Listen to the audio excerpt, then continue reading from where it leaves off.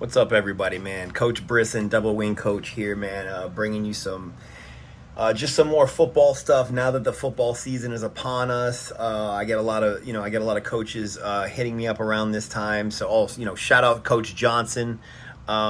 He's one of the guys that runs my system, and we pretty much text every day. So I told him I'd do some more content. So here we go.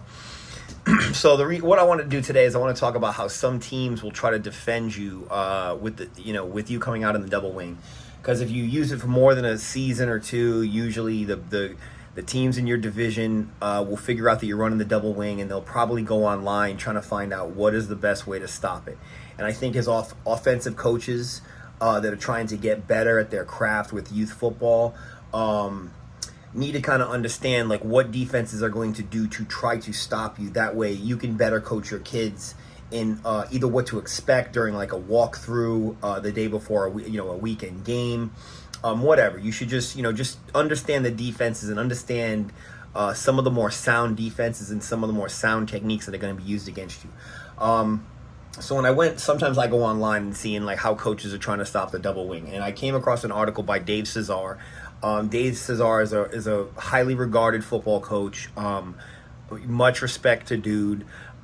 He's won a bunch of awards for going to youth football clinics and whatnot. So I came upon this article, and it talked about this defense right here, which could be used against the double wing. It's called a 6-2 monster zone. Now, already right off jump, in youth football, if you're going to go against the double wing, you need to be in at least a 6-2 defense, or you simply just won't have the numbers on defense to really match up. Match up with the running game you're going to see. I mean, as double wing coaches, we want to run power, and we want to run power 85 to 90% of the time if we can, and because that's how the system works. You hit them with power as many times as you can until it's not a productive play anymore, and then you hit them with counter, because they're most likely on defense doing something to kind of play towards your power play, because they know that's the play that you want to run.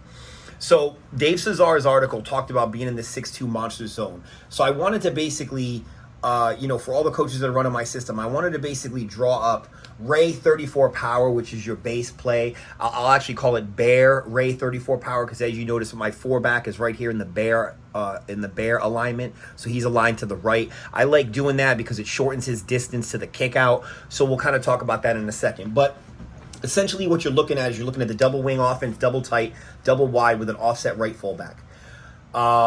At the top, you're seeing a 6-2. You've got two defensive guards in the A gaps. You've got two defensive tackles right in the C gaps in between the tackle, the 4-man and the 6-man. That'll come up later. He shows his ends like pretty wide. They're like basically maybe like a yard outside of my wings, which is kind of an interesting alignment for what he ends up wanting the defensive end to do. He's got two backers here, and then this backer is who he refers to as this monster. He says if this kid is like the best player on your team, or he may be the best tackler, this kid can play aggressively down in here. If they're expecting 34 power, you can kind of just move him around. That's how he described it. And that's sound. I like that idea. This kid's more like a safety kind of kid. Like you might have a strong safety in your team. That's that type of kid. And if you do, congrats to you, because those kids are tough. Now this kid is probably going to have to be the best kid on your defense. You're the end on the right side of your offense. If this kid isn't their best kid, they're probably going to be in a lot of trouble, because you have to stop the off tackle 34 power. Now, he talked about some techniques that both defensive guards are just supposed to basically bear crawl into the A gaps. And while that may take away wedge, I don't really see it as being like defensively sound, because you're going to give up two of these kids right here to make a pile. I'll just run the 34 power blocking so you can kind of see what that's talking about. But he wants these two defensive guards to just bear crawl the A gaps to take away wedge, which that may take away wedge. It really depends. But I know that youth kids generally don't like getting their fingers stepped on. And a lot of times you tell defensive guards to bear crawl the A gaps. They're probably not going to do it anyway. I mean, things 12 U teams, junior midget teams, 14 U teams. Man, there's some big kids out there. maybe you can get them to do it, but these young kids, good luck getting these two guys to bear crawl if they're 8 years old through these trenches right here if they ever get their hands stepped on. So that's the only thing I don't like about that. Having a guy in the C gap I like because they're trying to take away this whole guy right here. They just want to close this gap down because this is where you're trying to run the off the outside shoulder of your foreman. So let's just go ahead and run the blocking, and I'll just discuss. Oh, with the ends, he basically wants your ends coming down here, like basically coming straight in and like meeting the fullback, and he wants you to wrong arm the fullback. So basically, as the fullback comes down for his kick out like this, the defensive end is kind of going to allow that, okay? Because if he comes down this way and the end gets inside, then it clogs up this C gap right there, which is what they're trying to do with their ends. But I'll just discuss that in a minute. So that's what he wants their ends to do, which I don't really like that idea too much. I mean, if this kid's a freakish athlete, he may be able to do that, but there's a modification to the play that's not going to allow him to do that at all. Plus, he's not defending sweep if you're just giving up this kid. Because my super sweep, if this kid constantly wants to come in here and not play contain, then I'm going to run a play that looks like 34 power, but it's actually Ray 36 super sweep. And it's going to be touchdown if this kid comes anywhere near this side and he's giving up his outside shoulder, which is essentially what this guy wants them to do. All right, so let's just discuss. Let's just go through the blocking. So it's Ray motion, and it's 34 power, okay? I'll show that first. Now, another thing. So I also gate pull. You'll see when we start talking about pullers, because they wanted this kid right here to chase pullers, assuming that you pull this kid and this kid right here. A lot of traditional double wing teams pull these guys down here. You're tackle and guard. I don't. I gate pull. So I'm pulling my guard and my tight end, which means this kid is not going to be able to chase anybody because this kid's sole job in life is to just essentially cut this kid off. So that's not going to work, okay? That little thing right there, trying to chase pullers to make a play in the backfield from behind, which a lot of bad double wing teams you'll see that don't have a good blocking scheme, or they just don't pull. You won't see kids making plays in the backfield if you use either gate pull, or if this kid is a savage cutter and he can just chop this C gap right down. That's what old traditional teams do. They would make this kid do the cut, but I don't like that. If you have an athletic tight end, then use his ass. So, just go back to where we were. Okay, so your blocks here. Your nose tackle. Your nose tackle is going to have man away, and he's just going to he's mama. So this kid's just crawling the A gap, so he's just going to pin this kid right here and make a pile like right here, okay? This is also a down block. He comes to the line. He's God blocking, so he's going to block his gap. This kid is also bear crawling, so he's just essentially going to tackle this kid, and there should be a pile like right here, okay? I'm going to say the end came down, and now, like I said, getting the inside or just if you come this tight and you stop me on one play, let's assume you stop me on one play using this hard crash. The second play I'm going to call is going to be a 36 power, or I'm just going to run super sweep and have you mess up, or run gun 36 Trojan sweep, which would just annihilate this. If this guy ever does this and this wing is able to step out and pin him, and I run Trojan from gun around the corner, it is a wrap. It'll be a touchdown 100 times out of 100. Okay. I get what the coach is trying to say, that we're going to try to run 34 power. And while that is true, if you stop me so clearly giving up your end, you stop 34 power because you give up your ends contained, and you have your corners like rolled back all the way here, playing these deep zones, which is what you told them to do, which that's great because now I'm only playing football against 9 of your kids. You have 6 on the line and 3 backers or a monster backer.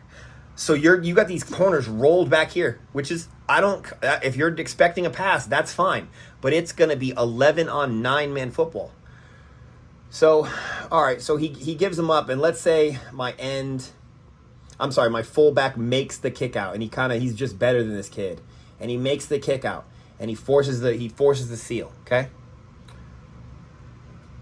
Rotate, toss, come through the hole, lead to corner. All right. Pulling my backside guard. He runs the big C to this monster backer and screens him off. My gate guy is going to pull, following tightly. He's going to lead, most likely to backer. Okay. It's a lot of hombres against essentially nobody. Okay. Oh, I'm sorry. And this defensive tackle, sorry about this.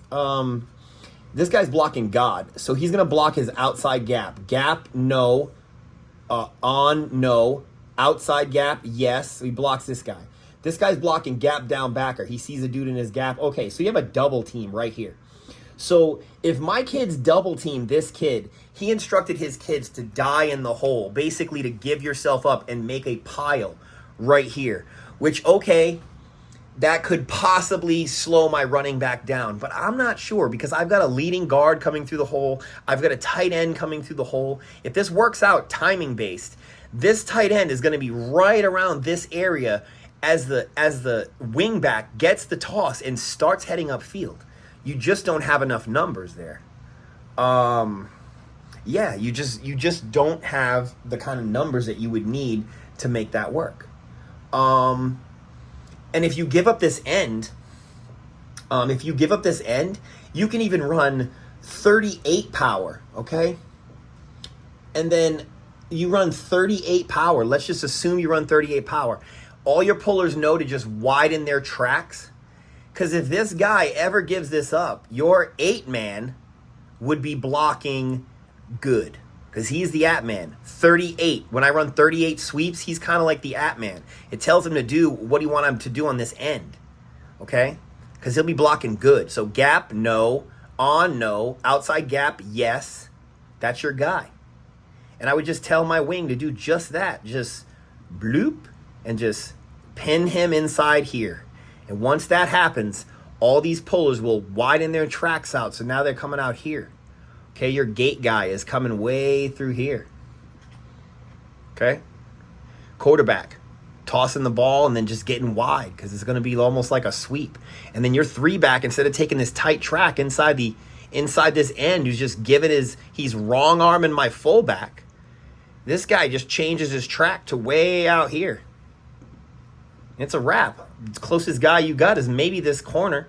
And this defensive tackle is, by your rules, is dead in the hole. He's laying on the ground. This guy's laying on the ground. This guy's laying on the ground. So all you got is your backer and your corner as outside contained to somehow get down here in time. But your running back, there's just no way. Yeah, I got too many people. You're bringing too many people to the point of attack. So I hope that makes sense. Like I said, there's a lot of things that did make sense in his article, stuff that would bother teams. But if I ran gun 36 Trojan sweep against this, it would be a massacre. It would legitimately be a massacre. Because there's just so many people pulling. I pull both guards this way. I gate pull, and I tell them all to pull deep, deep, deep, so they come way down here in the backfield. I'll draw that out next video against this defending the DW 6-2 monster zone. Hope you liked it.